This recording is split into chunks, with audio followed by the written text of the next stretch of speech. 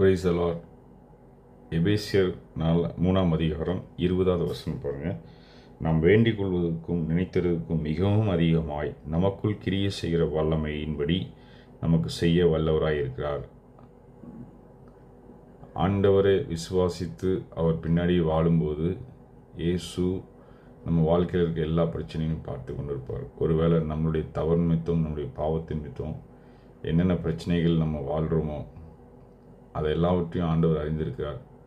இன்றைக்கி நீங்கள் அதை ஒப்பு கொடுத்து ஆண்டவருடைய சமூகத்தில் நின்று இந்த பாவங்கள் எல்லாத்தையும் அறிக்கை செய்துட்டு நீங்கள் ஒப்பு கொடுத்தீங்கன்னா நீங்கள் நினைக்கிறதுக்கு முன்பாகவே ஆண்டவர் எல்லாவற்றையும் செய்ய வல்லவராக இருக்கிறார். நீங்கள் நினைப்பதற்கு முன்பாகவே உங்கள் தேவையில் அத்தனையும் அறிந்து கொண்டு அதை செய்ய வல்லவராக இருக்கிறார். அது என்ன பிரச்சனையாக வேணா இருக்கலாம். ஒரு கடன் பிரச்சனையாக இருக்கலாம், ஒரு வியாதியின் பிரச்சனையாக இருக்கலாம், ஒரு சோர்வின் பிரச்சனையாக இருக்கலாம். பிசாசு நம்மளை 24 மணி நேரமும் நம்மளை ஏதோ ஒரு வழியில் பிரச்சனை உண்டு பண்ணி நம்மளை நாசமாக்கி, நம்மளை நிர்மூலமாக்கி, நம்மளை திருடி, நம்மளை கொன்று, நம்மளை நரகத்துக்கு கூட்டிகிட்டு போகிறது தான் அவனோட திட்டமே. ஆனால் இயேசுவின் திட்டம் அப்படி இல்லை. நம்மளை என்ன பாடுகள் பிரச்சனைகள் கொண்டாந்தாலும் அதிலிருந்து விடுவித்து நம்மளை சரி செய்து நமக்கு நினைக்கிறதுக்கு முன்பாகவே நம்ம செய்ய வல்லவராக இருக்கிறார். நமக்காக ஜீவனை கொடுத்த தேவன் அவர் சாதாரண தெய்வம் அல்ல. வானத்தையும் பூமியும் உண்டாக்கினவர்.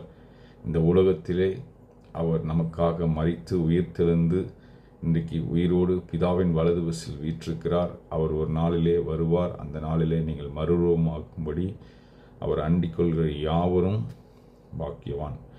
இயேசு சீக்கிரமாக வரப்போகிறார். அந்த நாளுக்காக நீங்கள் ஒவ்வொரு நாளும் நீங்கள் காத்து கொண்டு உங்களுடைய ஜீவித்தை காத்து கொள்ளணும். பரிசுத்தமாய் வாழணும். சிந்தனையை பரிசுத்தமாக வச்சுக்கொள்ளணும். பார்வையை பரிசுத்தமாய் பார்த்து கொள்ளணும். உதடு நாவை பரிசுத்தமாக வச்சுக்கொள்ளணும். எண்ணங்களில் பரிசுத்தப்படுத்தணும். உங்கள் கையின் பிரயாசத்தை பரிசுத்தப்படுத்தணும். உங்கள் நடத்தைகளை பரிசுத்தப்படுத்தணும். இதுக்கெல்லாம் பரிசுத்தமாக இருக்கணும். வாழணும்னா உங்கள் சுயபலத்தினால் முடியாது.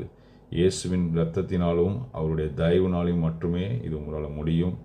அதுக்கு நீங்கள் அனுதினமும் ஜெபிக்க, வேதத்தை வாசிக்க, ஆராதிக்க, தேசத்துக்காக திறப்பில் நிற்க நீங்கள் உதவி செய்யணும்.